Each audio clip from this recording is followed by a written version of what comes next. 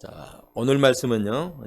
여호수아가 가나안 정복을 앞두고 여리고성에 2명의 정탐꾼을 보내는 내용으로 이제 시작하고 있습니다. 자, 그런데 정작 정탐꾼에 대한 묘사는 별로 없고 갑자기 등장한 한 여인에게 포커스가 집중되고 있습니다. 자, 그녀는 바로 여리고성의 기생 라합입니다. 가나안 정복을 앞둔 이 긴박한 시기에 왜 이 여인이 등장하는 것일까? 하나님은 그녀를 통해서 무엇을 말씀하시려는 것일까요? 모든 성경은 하나님의 감동으로 기록된 것으로 그 기록 목적이 있습니다. 여리고성을 정복하기 전에 기생 라합을 소개하는 것은 분명한 하나님의 숨겨진 의도가 있음을 우리가 알 수가 있습니다. 자, 이 시간 이 말씀을 통해서 오늘 우리에게 주신 하나님의 음성을 함께 들을 수 있기를 바랍니다. 자, 1절 보시겠습니다.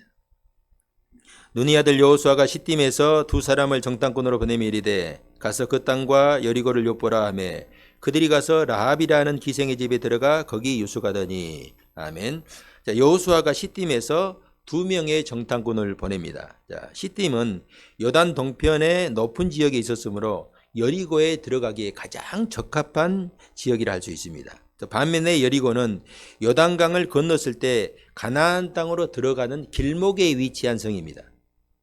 다시 말해서 여리고성은 가나안 땅에서 가장 먼저 정복해야 할 성이기도 합니다. 이에 여호수아는 2명의 정탐꾼을 보내는데 정탐의 목적이 아주 간단합니다. 그 땅을 엿보고 특별히 여리고를 엿보라 이렇게 말씀하죠. 38년 전 가데스 바네아에서 12명의 정탐꾼을 보낼 때는 구체적인 목적과 정탐할 내용이 자세하게 기록되어 있지만은 이번에는 좀 다릅니다. 이미 여호수아는 3일 안에 요단을 건넌다고 백성들에게 선포하였고 이제 전열을 정비하여 요단을 건너는 일만 남은 상태입니다. 결과론적인 이야기지만은 여리고성은 이스라엘 백성들이 전쟁을 해가지고 함락시킨 성이 아니라 하나님 말씀대로 순종하였을 때 저절로 무너져 내린 성입니다. 정탐꾼을 보내지 않았다고 해서 전쟁의 양상이 달라지지 않았다는 말이죠. 자, 그런데도 정탐꾼을 보냈습니다. 자, 그러면은 정탐꾼을 보낸 이유가 과연 무엇일까? 답은 이스라엘이 아니라 라합에게서 찾을 수가 있습니다. 만일 정탐꾼을 보내지 않았다면 어떻게 되었을까요? 라합과 그의 가족을 구원하지 못했을 것입니다. 여호수아는 이 사실을 알지 못하였지만은 하나님께서는 이 기생 라합을 구원하시기 위해서 세밀하게 역사하셨습니다. 여러분, 모든 사람은 자기의 죄로 인해서만 하나님의 심판을 받습니다. 멸망받아 마땅한 환경에 처해 있다는 이유로 무고하게 멸망받는 그런 사람은 없습니다. 기생 라합이 그런 사람이죠. 우리가 보는 성경은 그녀의 직업을 상당히 순화시켜서 그 직업이 뭐라고 기록되어 있어요? 오늘 본문에 라합의 직업이 기생이죠. 기생. 네. 여러분, 근데 성경 이 원문을 보면은 우리 성경에 나와 있는 기생이라는 단어가 자나라는 히브리어 단어인데 이 단어는요 창기, 매춘 그런 단어예요. 원래 원어의 단어는 그렇습니다. 아마도 이 라합은 우리나라 옛날 조선시대 같은데 주막집, 주모 같은 그런 일을 하면서 몸도 파는 그런 창기 같은 그런 신분이었던 것으로 추측할 수가 있죠. 정탐꾼들이 그 집에 들어간 이유는 이제 그곳이 많은 사람들이 출입하는 장소이고 또 그리고 그렇기 때문에 정보를 쉽게 얻을 수 있고 또 많은 사람들이 모이니까 의심받지 않고 머무를 수 있기 때문입니다. 그러나 하나님은 기생 라합을 향한 놀라운 구원 계획을 가지고 계셨습니다.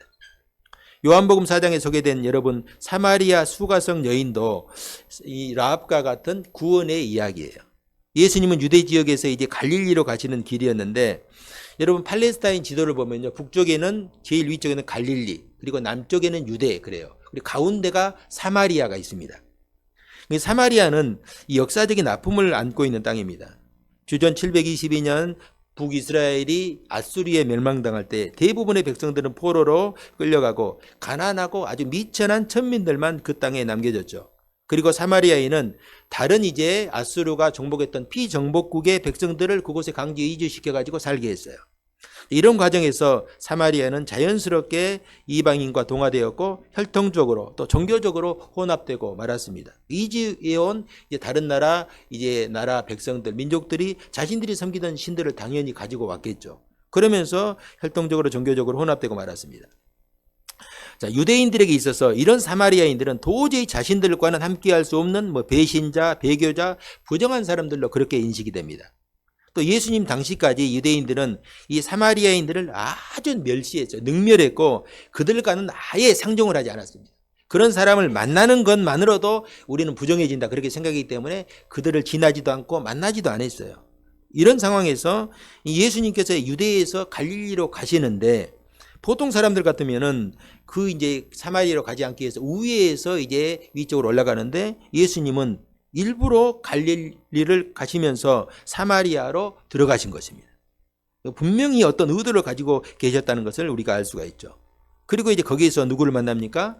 사마리아 수가성에서 그 수가성 여인을 만나게 되죠. 멸시받고 천대받는 땅 사마리아.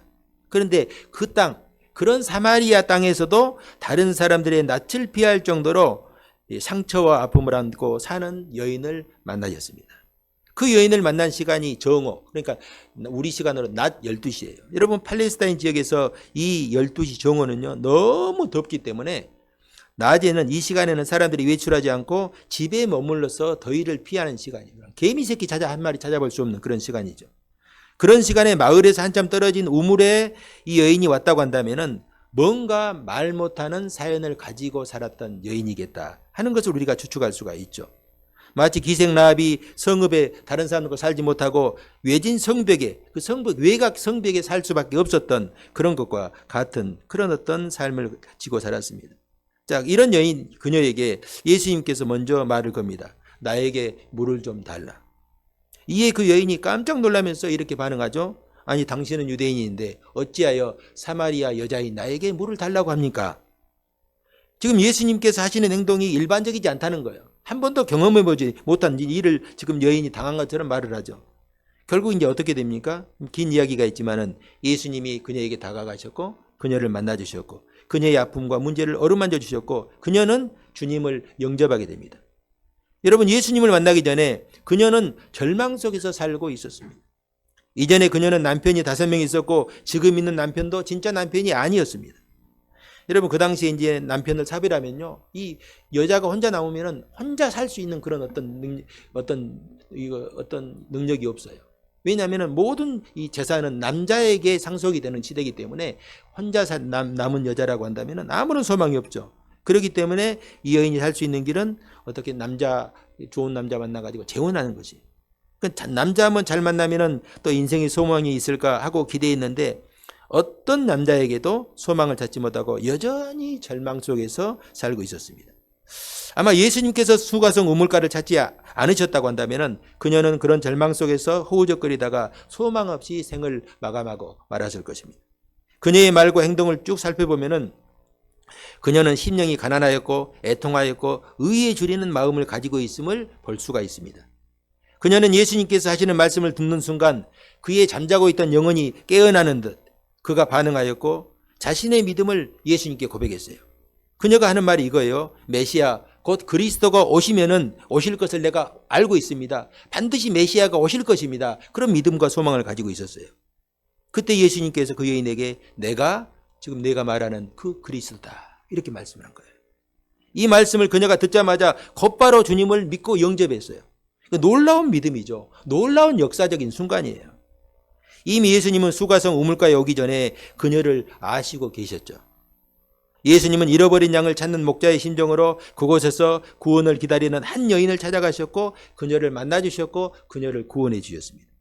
자, 그런 의미에서 하나님이 진멸해야 할 가나안 땅, 그 중에서 여리고성의 기생 라합은 하나님이 반드시 찾으시고 구원해야 될 잃어버린 양이었습니다. 여기서 우리는요 잠깐 또 이런 생각을 한번 해봅니다. 왜 하나님은 가나안 백성들을 진멸하시고 그 땅을 이스라엘 백성들에게 주신다고 그렇게 말씀하셨을까?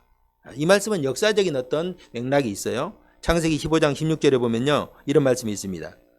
내 자손은 4대 만에 이 땅에 돌아오리니 이는 아모리 족속의 제약이 아직 가득 차지 아니함이니라. 자, 이 말씀은 하나님께서 아브라함과 언약을 세우실 때 했던 말씀인데 아브라함의 자손이 이방 땅에서 400년 동안 종살이할 것이고 그 후에 다시 이 땅에 너희들을 이끌고 와서 이 땅을 너희에게 줄 것이다. 이렇게 약속하신 말씀이죠. 이때 또 이런 생각을 할 수가 있어요. 왜 타국에서 400년 동안 종살이를 하고 난 후에 가나안 땅을 주신다고 하십니까? 이렇게 질문을 할 수가 있어요. 왜 그 고생을 시키는가? 그냥 바로 주시면 되지. 그에 대한 답이 있어요. 이것은 아모리 족속의 제약이 아직 가득 차지 않았다 하는 말씀 속에 있어요. 여기서 말하는 아모리 족속이 바로 가나안의 7족속이, 지금 현재 있는 가나안의 7족속, 이 7족속을 대표하는 말인데, 그들의 제약이 가득하여서 돌이킬 수 없을 때 하나님은 그들을 심판하실 것이다, 그 말씀이죠. 그때 심판의 덕으로 400년 동안 애굽에서 종살이하던 이스라엘, 그동안 또 이스라엘은 70명의 그 작은 이 가문에서 이제 성장하여서 200만이 넘는 한 민족으로 이제 크게 성장을 했잖아요. 그들이 이제 하나님의 인도하심을 받고 이 하나님의 심판의 덕으로 가나안을 심판할 것이고, 그때 그들이 이 땅을 차지하게 될 것이다. 모든 역사가 하나님의 계획과 섭리 가운데 있다는 것이죠. 여기서 우리는요, 왜 하나님께서 가나안 땅 백성들을 진멸하라고 하셨는지 알 수가 있어요. 이 역사적인 맥락을 알지 못하면 하나님은 이스라엘 백성들에게 가나안 땅을 주시기 위해서 죄 없는 가나안 사람들을 다 진멸하라고 하시는가, 이렇게 생각할 수가 있죠. 여러분, 그런데 그들의 죄악이 가득하여서 도저히 돌이킬 수 없는 지경이 되었기 때문에 하나님께서 그들을 심판하신 것입니다. 이게 하나님의 역사예요. 여러분, 창세기에 보면은 하나님은 이 땅에 죄악이 가득하자 어떻게 심판했어요? 홍수로, 물로 심판하였죠. 또 소돔과 고모라가 죄악이 가득하자 유황불로 심판하였어요. 이게 성경에 기록된 역사예요. 그 이후에도 우리 인류 역사를 보면요, 하나님의 심판으로 멸망했던 도성들이 많이 있어요. 하나님은 죄악이 가득하여서 돌이킬 수 없는 임계점에 이르면 반드시 심판하는 것이죠. 예수님께서 오시기 전에도 그런 장소와 그런 나라가 있으면 반드시 하나님은 심판하셔요. 그런데 하나님은 그곳에 단 한 사람의 의인이라도 있으면은, 하나님을 믿고 소망하는 사람이 있으면은 그를 잊지 않고 반드시 구원하신다. 물로 세상을 심판하실 때 하나님은 누구를 구원했어요? 노아와 그의 가족들을 구원하였습니다. 소돔과 고모라를 심판하실 때 롯과 그의 가족을 기억하였습니다. 그리고 가나안 땅을 이제 진멸하실 때 누구를 기억하였어요?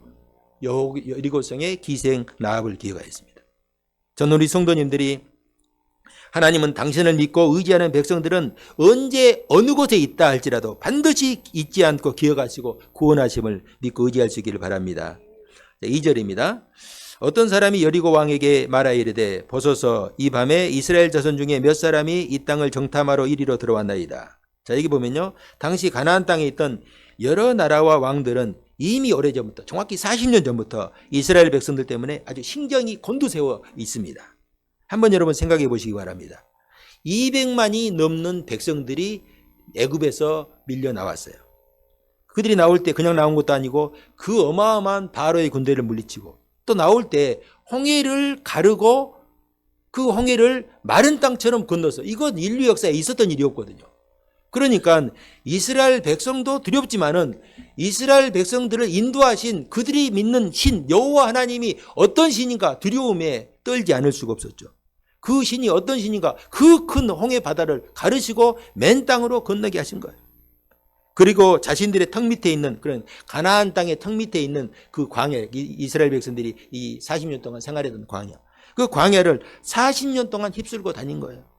얼마 전에는 요단 동편 땅에 거주했던 아모리의 두 왕, 헤스보당 시온과 바산왕 옥을 진멸하였습니다. 그 두 왕은 자신들의 힘과 군사력을 통하여서 요단 동편의 가장 비옥한 땅을 차지하였던 아주 강력한 왕들이었습니다. 그런데 이스라엘 백성들은 피 한 방울 흘리지 않고 그들을 완전히 진멸하였습니다. 가나안 땅 사람들은 그들의 소문을 듣고 두려움에 빠질 수밖에 없었습니다. 또 가나안 땅 왕들의 관심이요, 이스라엘에게 쏠리는 것은 너무나 당연하죠. 언제 저들이 밀려올지 모르기 때문에. 그리고 밀려오는 것은 당연한 현실인데 그들이 어찌 가만히 그냥 손 놓고 있었겠습니까? 여호수아가 정탐꾼을 보냈다면 가나안의 왕들은 철통 같은 경비를 세워서 그들의 일거수일투족을 감시하였을 것입니다. 자, 그런 상황에서 여호수아가 보낸 정탐꾼들의 신분이 탄로나가 말았습니다. 자, 여리고 왕은 그들을 체포하기 위해서 신속하게 병사들을 기생 라합의 집에 파송을 했습니다. 자, 다 알고 왔으니까 그 사람들을 끌어내라는 것입니다. 당시 여러분 긴박했던 상황을 한번 짐작할 수가 있죠. 금방 들어왔는데 어떻게 신속하게 이 지금 여리고성의 왕의 병사들이 서들어 들어온 거예요. 그런데 정말 놀라운 것이 있어요. 이 라합이 이미 정탐꾼을 숨겼다는 거예요. 지금 이 길지 않은 시간, 아주 긴박한 시간인데 언제 이 라합이 이렇게 행동했는지 정탐꾼을 아주 꽁꽁 숨겨버렸어요. 어떻게 그녀는 이런 긴박한 순간에 이런 일을 할 수 있었을까? 자칫 일이 잘못되면 자신과 자신의 가문이 반역죄로 몰려가지고 죽임을 당하는 것은 너무나 명확한 일이죠. 그럼에도 불구하고 라합은 조금도 주저하지 않고 정탐꾼들을 숨겨주었어요. 이 비밀을 히브리서 11장 31절에 보면 이렇게 말씀을 합니다. 믿음으로 기생 라합은 정탐꾼을 평안히 영접하였으므로 순종하지 아니한 자와 함께 멸망하지 아니했도다. 자, 다시 한번 봉독합니다. 믿음으로 기생 라합은 정탐꾼을 평안히 영접하였으므로 순종하지 아니한 자와 함께 멸망하지 아니했도다. 아멘. 자, 히브리서 11장은요. 믿음장이죠. 믿음의 이 조상들이 나열된 믿음의 명예의 정당 같은 것이에요. 모든 믿음의 사람들이 다 그곳에 이름을 올렸죠. 그 놀라운 것은요. 그곳에 갈렙의 이름도 없어요. 심지어는 여호수아의 이름도 없습니다. 그런데 누구의 이름이 있어요? 기생 라합의 이름이 그곳에 기록되어 있어요. 그만큼 그녀의 믿음을 성경에서 높이 평가하고 있다는 거예요. 그러니까 그녀의 믿음은 단순한 순간적인 믿음이 아니라 그의 일생이 드려진 그런 믿음이었다고 성경은 평가하고 있죠. 그러면은 도대체 라합의 어떤 믿음을 성경은 그렇게 높이 사고 있는가? 그 말씀 속에 있어요. 히브리서 11장 방금 31절의 말씀. 그것은 그녀가 정탐꾼을 평안히 영접했다. 이 구절 속에 그 비밀이 들어있어요. 자, 그녀가 정탐꾼을 어떻게 영접했다고요? 평안히 영접했다. 자, 여기에 사용된 평안이라는 단어가 우리가 잘 알고 있는 이 헬라어로는 에이레네, 그리고 히브리어는 샬롬. 알죠? 샬롬이 무슨 뜻이에요? 샬롬, 평안, 평강, 평화, 평안 이런 의미죠. 여러분, 라합은 불안하고 두려운 상황에서 즉흥적으로 어찌어찌 하다가 그냥 영접한 게 아니에요. 그런 긴박한 상황에서도 그녀의 마음은 오히려 평안하고 담대했다는 거예요. 어떤 두려움도 없었다는 것입니다. 어떻게 이런 일이 가능했을까? 이미 그녀는 하나님의 말씀을 확신하였고 믿음으로 그 말씀을 붙들고 있었습니다. 그래서 그녀는 평안한 마음으로 정탐꾼을 영접했어요. 어찌 보면은 라합이 그 정탐꾼들을 기다렸는지도 모르겠어요. 뭐 성경에서 그런 말씀 없지만 그러지 않고서는 어떻게 이런 일이 일어날 수 있을까? 또한 그녀는 순종하지 않는 사람들과 함께 멸망당하지 않았다 이렇게 성경 말씀합니다. 자, 그렇다면은 그 기생 라합은 믿음으로 순종했다는 말이죠. 평안히 영접했다는 말은 그가 믿음으로 순종했다는 의미가 됩니다. 그러면 그녀가 무엇에 대한 순종을 했을까? 무엇에 순종하였을까? 그것은 하나님의 말씀을 향한 순종, 하나님의 뜻을 향한 순종입니다. 그것은 하나님께서 이 땅을 이스라엘 백성들에게 주셨다 하는 것을 믿고 인정하고 붙들었어요. 이 믿음이 있었기 때문에 그녀는 담대하게 말하고 행동할 수가 있었습니다. 자, 그녀의 모습을 한번 보시기 바랍니다. 라합은 왕이 보낸 병사들에게 시치미를 떼고 거짓말을 합니다. 자, 그 사람들이 이곳에 온 것은 맞습니다. 그들이 성문을 닫을 때쯤 나갔는데 어디로 갔는지 모르겠다는 거예요. 그리고 나간 지 얼마 되지 않았으니까 쫓아가면 잡을 수 있을 것입니다. 이렇게 말을 합니다. 자, 라합이 이렇게 말할 수 있었던 것은, 그리고 또 병사들이 그 라합의 말을 믿고 성문 밖으로 따라 나갔던 이 모든 것들은 사실 하나님이 베푸신 은혜이고 섭리라고 할 수 있어요. 금방 들어갔는데 어떻게 그 금방 나갈 수가 있겠어요?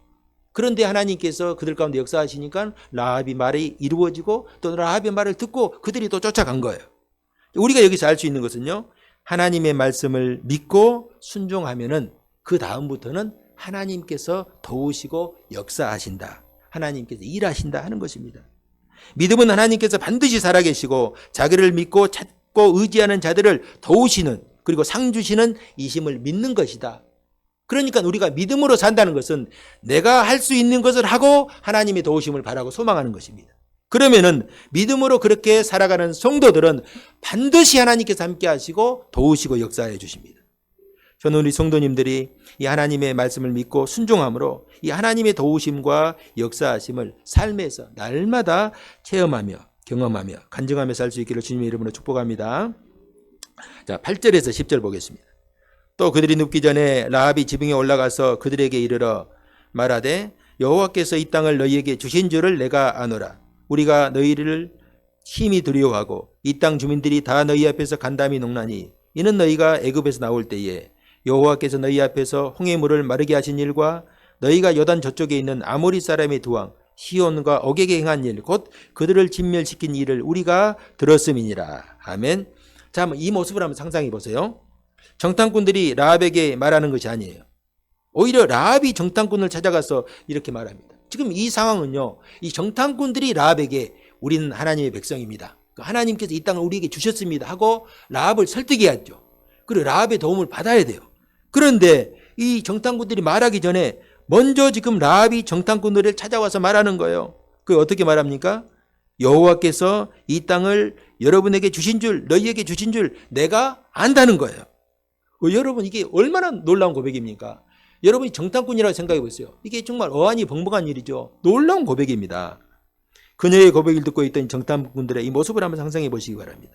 아마 그들은 깜짝 놀라면서 서로를 바라보면서 이런 생각을 했을 거예요. 야, 하나님께서 정말로 이 땅을 우리에게 주셨구나 하는 생각이 들지 않았겠어요? 그러지 않고서 어떻게 이 가나안 여인의 입에서 한 번도 하나님의 역사를 본 적이 없는 이 가나안 여인의 입에서 이런 말이 나올 수가 있겠습니까?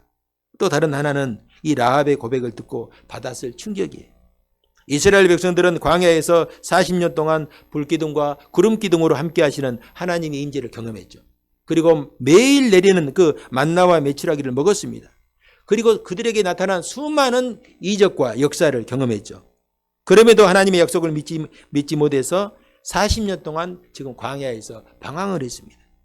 그런데 기생 라합은 소문으로만 들은 말씀을 근거로 하나님께서 이 땅을 너희에게 주신 줄을 내가 안다 라고 말했을 때 이 두 정탐꾼이 받았을 그 충격 얼마나 놀랐겠어요.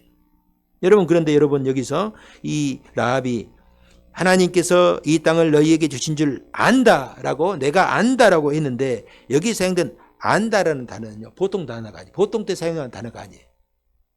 이 안다라는 단어는 단순히 내가 뭐 소문을 들어서 안다, 뭐 지식적으로 배워서 안다 이런 단어가 아니에요.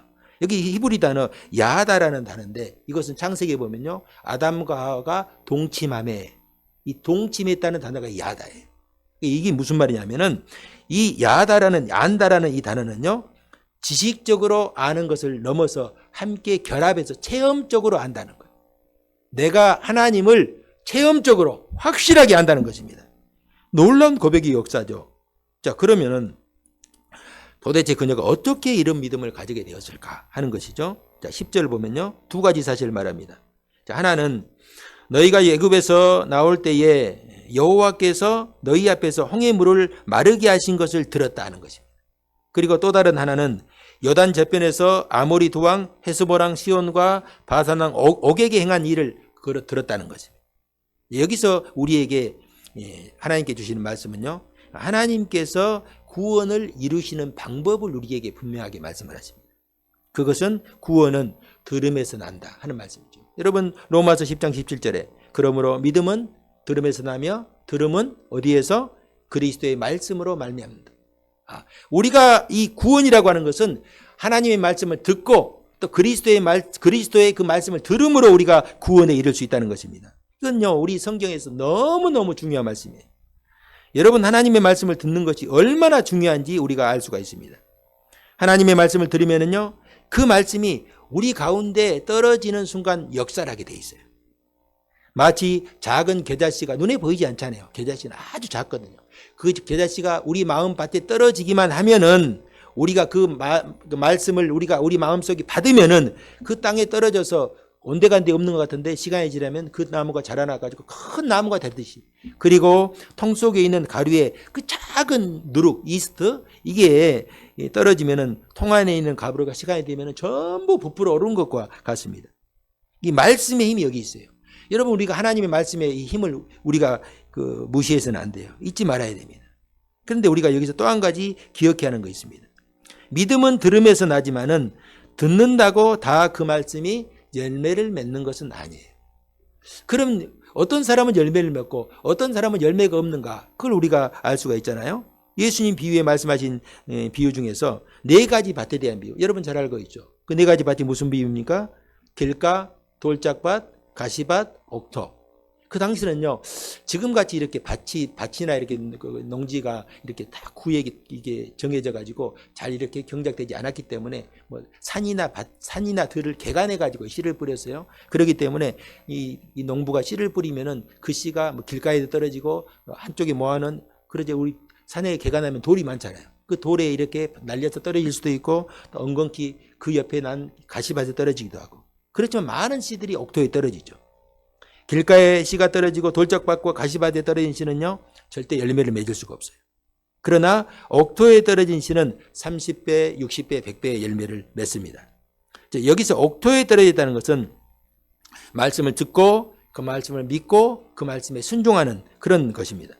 여러분 다시 한번 라합을 한번 보시기 바랍니다. 이스라엘 백성들에 대한 소문을 라합이 들은 것은 그녀만 들은 게 아니에요. 이게 보면은 우리가 들었다. 가나안 땅에 살고 있는 모든 사람이 들었다. 듣고 나서 어떻게 했어요? 듣고 두려움에 떨었다는 거예요. 그들이 듣고 두려워하고 간담이 넣고 막 정신을 잃을 정도로 보통 그냥 들은 것이 아니고 분명하게 들은 거예요. 그러나 들었다고 모두 믿고 열매를 맺는 것은 아닙니다. 자, 오늘 9절에 보면요. 여호와께서 이 땅을 너희에게 주신 줄을 내가 안다. 이렇게 고백하죠. 하나님께서 가나안 땅을 이스라엘 백성들에게 주셨다는 말을 들었음에도 그들을 선대한 것은 오직 기생 라합뿐이었어요. 그럼 다른 사람들은 왜 믿지 않았을까? 왜 그렇게 말씀을 들었음에도 그렇게 믿지 않고 행동하지 못했을까 하는 것이죠. 다시 이제 예수님 비유 말씀을 다시 돌아가 생각해 보면 길가에 떨어진 씨는 그 씨가 떨어졌어요. 그 듣기는 들었어요. 하나님 말씀을 듣기는 들었어요. 그런데 아무 생각 없이 들은 거예요. 그러니까 생각 없이 들어가지고 또 시간이 지나면 열매라도 맺을 수 있을 것 같은데 그렇잖아요. 새들이 와서 다 떨어진 씨를 잡아 먹는 거예요. 이것은 우리가 하나님 말씀을 들었을 때에 그게 열매로 이어지지 않으면 악한 마귀가 그 말씀을 다 가져가 버리는 거예요. 성령은 우리의 마음속에 하나님 말씀이 떨어지면 그게 열매를 맺을 줄 압니다. 그래서 씨를 계속 뿌리는 거예요. 그런데 악한 마귀는 그것이 놔두면 열매 맺을 줄 아니까 다 악한 마귀가 그 말씀을 가져가 버려요. 그래서 듣기는 들었는데 아무것도 남는 것이 없는 거죠. 또 돌짝밭은요, 듣고 은혜를 받아요. 은혜를 받았어요. 그런데 이 돌짝밭은 뿌리가 깊지 않아요. 바닥이 돌이니까 뿌리가 깊지 않으니까 뜨거운 해가 이렇게 비치면 다 말라 시들어 죽어버리죠. 이것은요, 믿음이 깊지 않기 때문에 말씀을 듣고 예배도 드리고 은혜를 받은 것 같은데 이 믿음이 깊지 않으면 삶을 살다가 어려움과 고난이 오면요 다 포기해버리는 이런 사람들을 상징하는 거죠. 가시밭은 듣고 은혜를 받았어요. 그런데 이 가시가 있기 때문에 가시 때문에 나무가 성장하지 못하는 것입니다. 이것은 세상의 염려와 육신의 욕망 때문에 열매를 맺지 못하는 거예요. 은혜를 받고 말씀을 받았어요. 그런데 세상의 염려, 육신의 욕망, 여러 가지 생각들 때문에 결국은 말씀을 포기해버리고 순종하지 못한 것이죠. 반면에 옥토에 떨어졌다는 것은 말씀을 듣고 받은 은혜를 잊지 않고 끝까지 순종하는 거예요. 물론 이 과정에서 삶의 어려움도 오고 고난도 있을 것입니다. 여러분 왜 라합이 고난이 없었겠어요? 왜 어려움이 없었겠어요? 왜 그러고 걱정, 염려, 걱정, 근심이 없었겠어요? 그러나 하나님의 말씀을 붙들고 이건 절대 내가 놓치지 않겠다라는 믿음으로 끝까지 순종한 것이죠. 하나님은 반드시 살아계신 것을 믿고 하나님은 자기를 찾는 자들에게 상 주시는 이심을 믿고 끝까지 순종한 그런 사람입니다. 라합은 하나님에 대한 소문, 이스라엘에 대한 말씀을 들었습니다. 그리고 하나님의 말씀대로 이 땅을 반드시 이스라엘에게 주실 것을 그는 확신했습니다.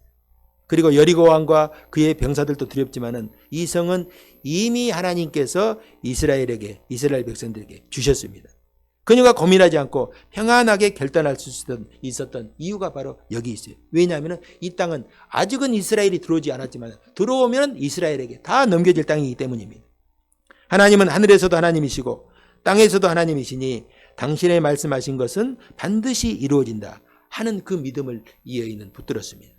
뿐만 아니라 그녀는 믿음으로 그의 부모와 가족들을 구원해달라 담대하게 지금 요구하고 있습니다. 여러분 사도행전 16장 16절에 주 예수를 믿으라 그리하면 너와 내 집이 구원을 받으리라. 이건 그냥 저절로 되는 것이 아니라 이런 라합과 같은 믿음이 있으면은 이런 믿음으로 살 수밖에 없어요. 하나님 앞에 이런 믿음을 이루기 위해서 그가 살아갈 수밖에 없다는 것입니다.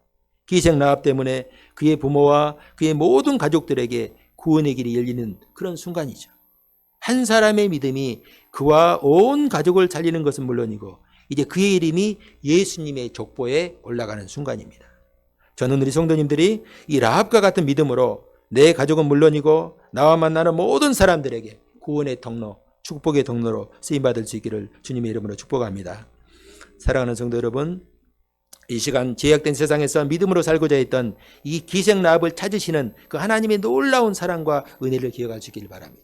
그 사마리아 수가성에서 신음하며 고통하며 소망 없이 살아갔던 하나님 그리스도를 소망하면서도 절망 가운데 그렇게 눈물 흘리고 살던 그 사마리아 수가성 여인을 찾으시는 예수님을 기억하시기 바랍니다. 하나님은 우리 성도들이 하나님께 얼마나 소중한 존재인지, 우리가 하나님 앞에서 얼마나 소중한 존재인지 우리가 잊지 말아야 돼요. 하나님은 늘 우리를 기억하시고 우리와 함께 하시고 찾으십니다. 기생 라합처럼 하나님의 말씀을 듣고 우리가 믿음으로 순종할 수 있길 바랍니다. 말씀을 듣는 것으로 그치지 않고 결단해야 할 순간이 왔을 때에 기생 라합처럼 어떤 두려움과 어려움, 염려, 걱정, 근심이 와도 하나님의 말씀은 반드시 이루어진다 하는 하나님의 말씀을 붙들고 믿음으로 순종할 수 있기를 바랍니다. 그러니까 이 한 주간도 오직 말씀에 순종하는 그 삶을 통해서 하나님의 도우심과 역사를 경험할 수 있기를 주님의 이름으로 축복합니다.